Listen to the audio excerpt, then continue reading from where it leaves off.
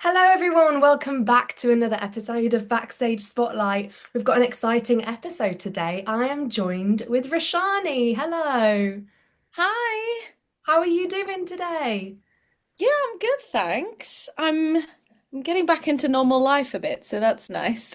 Nice. Would you like to do, well, for everyone listening, you have done so many great shows, and I can't wait to get into all of that. And for the viewers, things like And Juliet, Hamilton, and Yeah. Operation Meet, which I can't wait to hear about. Would you just like to say what you've done most recently and what you're kind of doing now? So, most recently, I was just playing Eliza on the Hamilton tour for a couple of months earlier this year, and I have just started in Operation Mincemeat in the West End, That is which is really, really exciting, a lot of fun. great. So, oh my goodness, how has it been shifting from tour to being like in one place? Because that lifestyle can be quite hectic when you're on tour. How have you adapted? Yeah, big shift. I mean, I was only on tour for 2 months, so not as much of a shift as like being on tour for say a year or a year and a half. But I had been in and out of London slash working away for about a year. Like I hadn't been in one place for more than 2 months. So this is quite nice to just sit. And really I haven't fully moved back yet. There's a lot of stuff because I had a week off after touring before we started rehearsals. So there's still stuff in my room that hasn't really been put back where it needs to be, and I'm adjusting because rehearsals were really, really intense. So I didn't really have the time that I thought I would to like settle back in. But it's nice to readjust to working in town as well and Okay. seeing my housemate more and that kind of routine in life. And I really like my flat, so I'm quite glad to be back. And it's still not finished sh the shift, I think, Yeah, but getting there. getting there. Good. So, I know you were on tour briefly, but do you have any tour Mm. hacks or tips for people who are about to go on tour or who might be going on tour in the future that you wouldn't do like without if you did a tour again? Ooh, um, extra space in your suitcase. Always. Um, yeah, I mean that's a pretty basic one, but I think especially the first time I went, I didn't have much time, so I packed really last minute and I packed too much and then I couldn't there was no wiggle room. So extra space in the suitcase, definitely a thing. Another thing is pillows. I would take my own pillow Ooh, that's a good one. because I found that the problem is the changing environment constantly, whereas when you're at home, you know the environment, you know how you deal with it. Whereas sleeping, humidity, like whatever you need as a singer or as a performer, like I bought myself a humidifier, and the thing I should have done, which I realized kind of as I left, was getting myself a pillow Mm. because my sleeping was really bad when I was on tour, and I was just like sleeping in weird positions and it was giving me a lot of tension that I really didn't need to be dealing with. So If you just probably had that that. small home comfort, then it might have made it a bit nicer. Yeah, and I got tiny little humidity sensors. Like it was 10 quid or something, and it was a pack of two. So I put one in my digs and one in the theater. So then I could keep track of, oh, okay, what is it like? Do I need a bit more of a humidifier here or not? That's just for me. Some people like to just keep Yeah, it on that's all the great time. though. But yeah, I that's what I found really helpful. Yeah, great advice. So now that you're back in town, in London, just started off with Operation Mince Meat. What's your routine like? How early do you like to get to the theatre, and what are your pre-show rituals? Ooh, okay. How early do I like to get to the theater? I aim for about 15 minutes before warm up, half an hour to 15 minutes before warm up. Obviously, that varies on when I actually get there because I have ADHD, so that definitely varies, but aiming for that. usually gives me a bit of extra time. And I've currently been going down to stage a little before warm up to do a couple of um, exercises that will help my shoulders just prevent some injury because we're doing a lot of moving around, a lot of moving stuff, pushing, pulling in the show, and things can be quite heavy and it's all really quick and frantic. So I'm just trying to really kind of injury proof myself. So I'll do a little bit of more kind of physio exercises before actual warm up starts. And pre-show rituals, honestly, just chatting with the girls in the dressing room. We're about 2.5 weeks in now. So it's only just getting to the point where we're not rushing to get ready for the show. And I like to get ready as quickly as possible, which is still not as quick as I mean, Chloe Hart is in the dressing room as well, and she's been doing it for a year already, so she's really quick. But Alex Young and I are not as quick. Oh, It's become a little thing that I Alex has a really, really lovely perfume that she puts on before the show, so I will just enjoy that for a little bit, and then we'll have a lovely chat and go downstairs. We all do we say a little section of a song from the show that's really fast and kind of wordy. It's like 15 seconds long, and we say that together while like clicking kind of backstage before the show starts. And nice. that's it. No, it sounds great, and because it's a small cast as well, it'll be interesting to see like how close you all get as the show goes. Mm. You can create like a real tight bond with everyone, which will be great.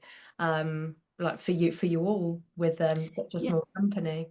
Yeah, I think there's only 9 of us in the building, 9 actors in the building. So it's 5 on stage and 4 off stage. Yeah. But what I'm realizing as well is that the 5 on stage, whoever's on the show that night, we don't actually talk to each other very much because we are just on stage the whole time. Yeah. So it's that interesting balance of sometimes I've gotten closer much quicker to other people in a show when I've not been doing as much because we've been off stage together. Yeah. Um, so I think it's gonna be interesting. There is more of a sense of we want to see each other after the show. We want to go Yeah. for a drink after the show or something because we don't actually talk to each other during the show. Yeah. Um, yeah, I'm really excited for it. A small company means some things are just easier getting to know people, I think. Yeah, for sure. Definitely. Very, very exciting. You're all in each other's business all the time, Which can be good or bad. right? Oh, well, hopefully all good. So I'd like to speak to you a bit now about auditions and your experience going into an audition room and how you face, how you navigate the rejection that you can get as a performer and how it feels to get an audition, have about 2, 3 days to prepare it and going in. Can you talk us through what that's like for you? Oof. Okay. When I get something through, I'm a real last minute person as well. So if it's for like 2 weeks from now, You'll do it the day I before. won't. Yeah, I'll do it a few days before. My favorite hack for learning stuff before an audition is listening to it or going through it a couple of times before I sleep. And I Yeah. find I've heard other people know, like, have found this as well. When you don't know it at all, you learn it, you go through it a couple of times just before I go to bed, and then suddenly the next day, I know it quite well. I don't understand how it works. Goes like into your brain. It just sinks in somehow. I'm not even dreaming about it. I'm not thinking about it at all. But I like doing that when I'm learning something. So a couple of nights before, or I'll listen to the song a couple of times before bed, or um, and yeah, I'll prepare as best I can. I'll try and run through if it's a scene. If it's a first round, I don't usually learn anything off by heart, Yeah. unless it's gonna really hinder me to not know it off by heart. Like for example, Operation Mincemeat, I think I learnt the song I learnt the words because it's just so fast Mm, that I would have been just ha kind of having my head in the music the whole time. yeah. I know I think I did write out the lyrics. That's what I'll usually do if I really need I'll just type it out and print that or have it on my iPad so that I don't need to flick through a score. I quite enjoy doing it last minute Yeah.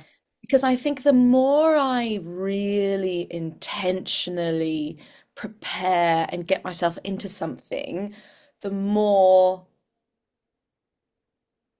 the more I overthink it, Yeah. and B, the harder it is if I don't get through that first round. Yeah, because you've built it up so much. Yeah. I also find the more I can just go with my instinct on things. I've not thought about it too much. I'm just like, I'll give myself a little bit of a talking to like free myself up and not be too bogged down by what I think I should be doing or what. I'll have a think about the character and the intentions of it, but not plan out exactly how I'm going to do something Yeah. so much. I guess the hard part also is keeping that energy going when you get recalls and when you keep going through a process so that you Yeah. don't get super stuck into an idea of what you think it should be. Yeah. And Um, they might sit on the panel and say, well, can you do this bit like this? Like do it a bit differently. And then because you've not exactly. ingrained it in your brain so much, you have the freedom to be able to just switch straight away. Yeah, I I do like trying to find questions as well about I don't often have them, but if something about the character or something about the song, if I'm going, oh, I wonder what this is, I'll always ask. Because it gets you into a conversation about the character or the show. And the thing is, we are auditioning the team as much as they're auditioning us. And like you want to know what it's like to work with these people or what they think about the character. Is it going to align with what you think about the character? So you want to I want to get into those conversations in an audition room. So I will try and not if I don't need to ask a question, I won't. But if there's something that I'm thinking, oh, well, she's saying this, but really I'm feeling, is the subtext kind of A or B? Yeah. Would you want me to try A or B? And they'll go, oh, well, start with whatever you want. Maybe we'll do it again and do another version. So you've already started that conversation. Yeah, it's good.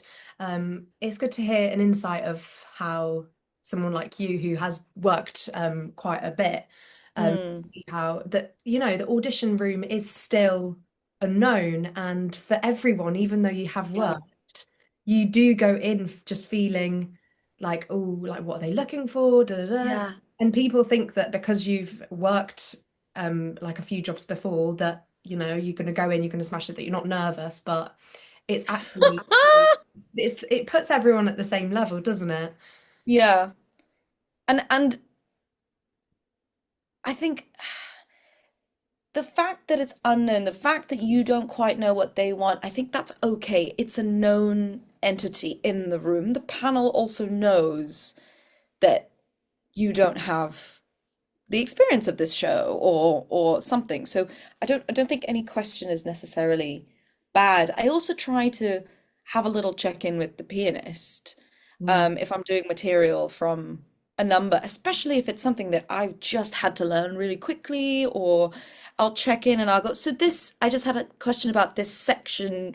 What is this? Or sometimes I always usually have to ask for my starting note because I'll go, I mean, I know what it is, but my brain is gonna forget what it's doing. Tempo of the song.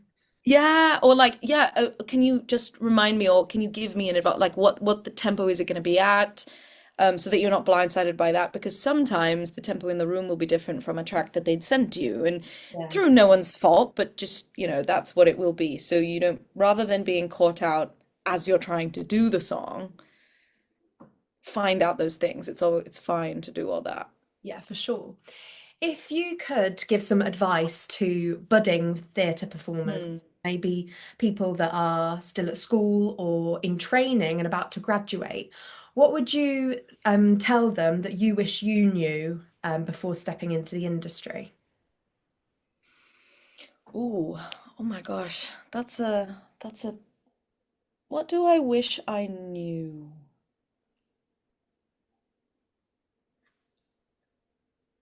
Hmm. God, so many things. I think just because we have been talking about auditions, Mm. um, asking questions when you're not sure of a note that someone has given you is better than not asking and just kind of doing something that you're not so sure of. Like, I guess this is coming back to trusting your instincts. It's difficult after drama school because you are taught to be yes men. You're taught to, someone tells you to do something and you go yes and you just do it rather than don't ask. Like some good teachers will say, ask, discuss all of that. But largely, I think I was especially taught like you don't question it, you just do it. Yeah. Um, and and I think I would have loved to know that my instinct is good. An Yeah. instinct on something is good. Obviously, the people who are auditioning you, the people that you're working with, even, will have an idea of what they want, will have a sense of how to guide it. But if you don't ask those questions, you'll never come to the same page of something. And say, there is always a way, I think, to make your instinct and the director's want move in the same direction. Mm. So you asking questions rather than not with a sense of, oh, well, I think I'm right and you're not right, but more of a sense of, okay, well, what did you mean by that? Because I was kind of thinking this, or how does this work with this then? Or is that because often notes that you're given are not very clear. Yeah, for sure. And you have to kind of figure out what it was talking about. Was it talking about an action you were doing? Was it talking about an intention? Was it talking, how do you make sense of that note in your head? Yeah. Because I always do better in auditions or rooms where I'm asking those questions. Yeah. And also it puts you, they might say something and have worded it just like because they've said it fast, worded it Mm, differently, and you've taken that and you have taken a different interpretation of what they actually meant. And then exactly. want to clarify, oh, can I just check that this is what you mean? And then that obviously is great because they know that you care about the correction that they've given. Hmm. So Yeah, I think I've been on a massive journey in the last few years to sit in my instinct a bit more. yeah. And disagreeing with someone creatively is not the end of the world. No. It's all right. I mean, refusing to work with someone, yeah, not so good. But you can still fight and advocate for your instinct on something. Um, yeah, I like advocate as opposed to argue. Yeah, that's nice. That's really nice. I I'll always try to check in if I don't agree with a note or something, I'll check in with where that note was coming from because sometimes people won't actually tell you the reason behind it as well. They'll tell you what to do. And then if it doesn't make sense to you, you go, okay, so where is it coming from? Because that helps me make sense of why. And then you can come to an understanding. Sometimes they'll go, oh, actually, no, I now get why you were doing what you were doing. Keep it that way, but tweak it. Or you'll come on board with their idea. And for sure. Yeah, that's yeah. great. I really, really enjoyed that advice. Um, Mhm. last question. I've flown through this one. Um, thinking into your own future, what show or job would you absolutely love to do in the future? Oh gosh. I am very much in a place at the minute of wanting to find characters that are written with a lot of complexity and exploring complicated ideas. And I haven't found that I've come across that very much, especially with younger female identifying characters. Um, you get a lot of kind of less complex ideas, more one-dimensional, actually. It's just the way females characters have been written a lot Yeah. in the past. So honestly, I'm excited for new things. I love working on new work. I love advocating for those characters in rooms as well and asking the questions of, okay, what agency does my character have then in this scenario? So probably the most excited I am is about new things. Would you If be, I had to, oh, mm, sorry, would you be intrigued to do maybe the more creative side of the writing and creating something of your own? Would that be interesting for you? I definitely would. I am I love putting on a dramaturg hat in workshop processes. I love really investigating characters and what they do in these stories. So I'm toying with and like talking to people about doing more directing. I do some movement directing at the minute, but directing and maybe writing, I'm just trying to put the perfectionist out of my brain, really. Because it's really telling me that every idea I have is not worth it before I even start it because it's not perfect already. But someone told me the other day, what was it? In if you don't ever, if you don't get comfortable with shit, you never get good at pooping. I love that. That is who told me that the other day. Nick Barstow. Thank you, Nick. Because he's in a workshop at the minute for something he's written, and you have to be okay with it being a turd, giving this lovely turd over to people to polish it, whereas we are trained to polish the turds. So it's Sure. hard to put aside the polishing mindset. Yeah, sure. Oh, I love that. What a great way to Oh, well, Yeah. thank you so, so much. I mean, in terms of the current canon, current musical theatre canon, oh, at some point I'm really quite desperate to play Evita, but I think I want to work with female directors on these massive female parts that have typically slash ever only been directed by men. And of course, men can direct women really well, but there's something about complexity of people and experience um, that I would like to explore with female directors. And you know, like we don't have an equivalent of the character of Alexander Hamilton for women in musical theatre. I'd love to do things that take up more space like that. Yeah. Sure. Yeah. That's really great. Oh, the future, the world is your oyster. That's the one. The world, honestly, who knows what it's going to look like? Oh, The landscape keeps changing so rapidly.